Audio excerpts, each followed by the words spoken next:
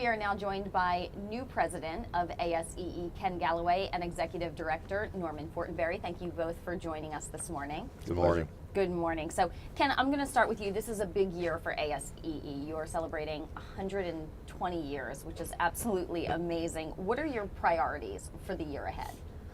Well, you know, the president must represent all of the society's programs, must, excuse me, must work hard for dialogue, for growth and change of the organization, must actively speak out for engineering and engineering technology education. But for me, there are two things that I'm particularly interested in. One is public advocacy for engineering and engineering education. And the other is new services for our members.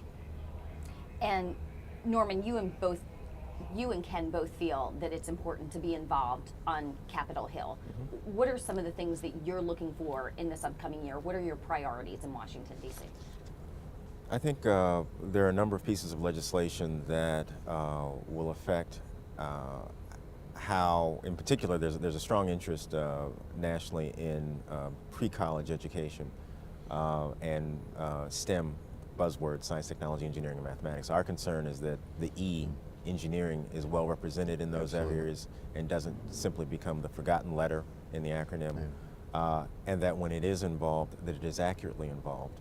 There are several pieces of legislation that would encourage preparation of teachers to better be instructors in pre-college engineering and students to have experiences in pre-college engineering. Our concern is that it's important to recognize that such activities serve both to provide awareness and to provide preparation for actual study of engineering and engineering technology. Our concern is that those activities that purport to be preparatory accurately convey the breadth and the content of engineering, so that students don't come out of high school going into engineering based on engineering technology based on experiences that they've had that don't represent the discipline and then get turned off when they get to college, or because of the experiences they had, choose not to go into the field. It's one thing to make an informed choice, engineering isn't for me.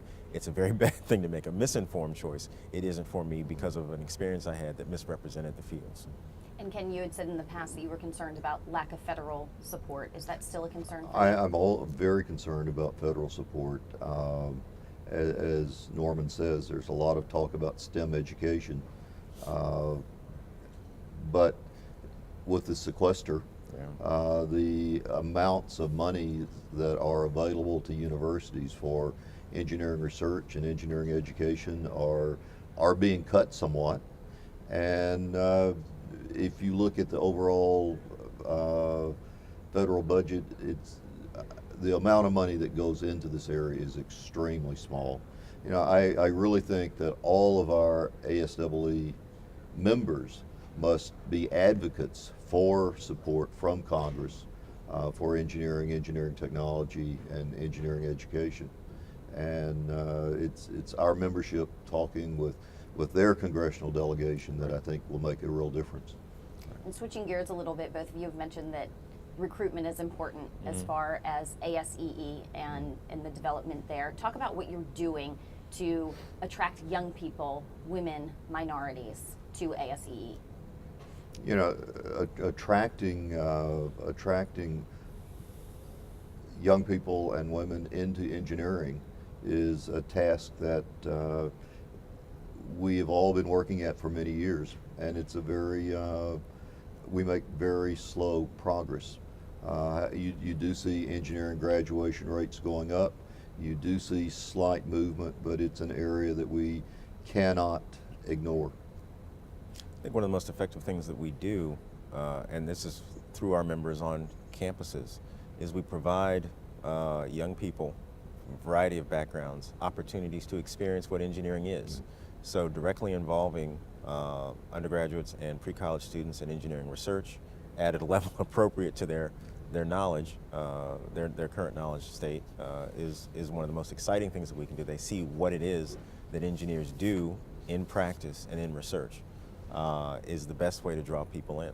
And there are any number of different ways that various campuses are doing that directly in their local communities, serving as national sites where students and pre-college teachers will come in from all over the nation to experience the opportunities on their campuses. So directly involving people in research, I think, is one of the strongest ways to have them understand what the profession is and to actively spark their interest. And Ken, you had mentioned that you want to serve people in all phases of their career with services, products, opportunity. Right. How do you plan on doing that? You know, when I look at our membership, I think we're currently serving less than about a third of the individuals involved in engineering and engineering technology education.